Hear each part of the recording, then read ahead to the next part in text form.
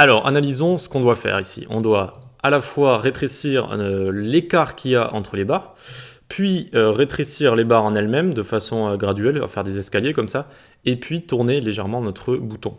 À chaque fois quand on parle du bouton, vous pouvez faire clic droit inspecter par exemple. Hop, vous voyez, on parle de ça en fait, du conteneur qui contient à chaque fois nos trois barres, d'accord, à chaque fois. Dans toutes les boxes ici, vous allez avoir le fameux bouton sur lequel on clique, d'accord, et qu'on se sert souvent de lui pour tourner, pour donner un effet supplémentaire. Alors, on vient ici, tac, animation 7 du coup, on est à la 7, on va dans notre, ici, voilà, on va se baisser un petit peu, 1, 2, 3, 4, 5, 6, 7, on est ici. Alors, pour commencer, on passe au-dessus de ce qu'on a écrit au tout début du code, quand on a séparé les lignes, vous savez, on leur donne une certaine distance entre, eh bien on va réduire cette distance. Donc ici, .btn7, .line nthchild1, très bien, et puis du coup on va la mettre toujours à top 0, parce qu'elle c'est la première, elle va pas changer de distance, elle va toujours rester à top 0. Par contre les autres on va les changer. Tac, tac, hop, donc la deuxième et la troisième. Et on va lui mettre ici 12 pixels. Et l'autre, on va lui mettre 24 pixels, j'avais mis? Ouais, 24 pixels ici. 24 pixels. Alors que les autres, elles ont 0, 18, 36. Elles ont 0, 12, 24.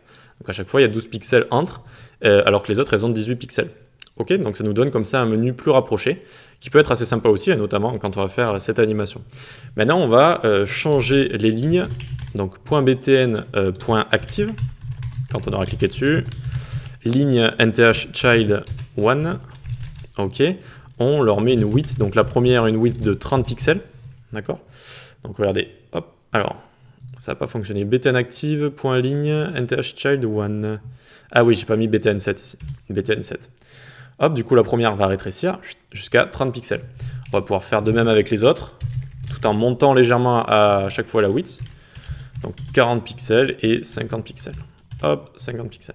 Tac, donc voyons voir.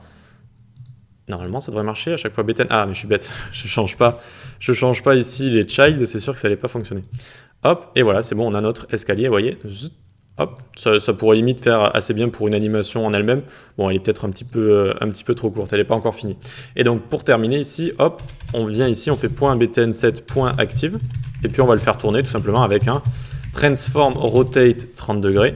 On le fait tourner de 30 degrés. Donc je clique, tac.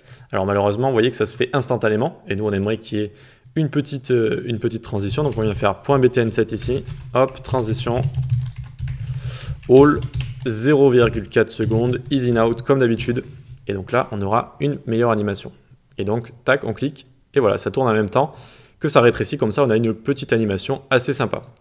Allez, maintenant, on va voir les autres animations. Vous allez voir les dernières, je les aime bien. Alors, on a ici un rond qui va se créer autour. Vous allez voir que ça va être assez intéressant à créer. Ensuite ici, hop, ça va disparaître, hop, et revenir en croix comme ça. Alors ici, tac, on a une sorte de roue, tac, direct. Ensuite là, ah ouais, celui-là j'aime bien aussi. Regardez, hop, hop, hop, hop. Franchement, il est cool à faire, vous allez voir. On va apprendre des choses. Et le dernier, tac, où on va avoir une barre qui se sépare et les deux autres qui se rejoignent comme ça. Ça aussi, vous allez voir que c'est assez intéressant à faire. Allez, du coup, on va attaquer celui-là tout de suite dans la prochaine vidéo.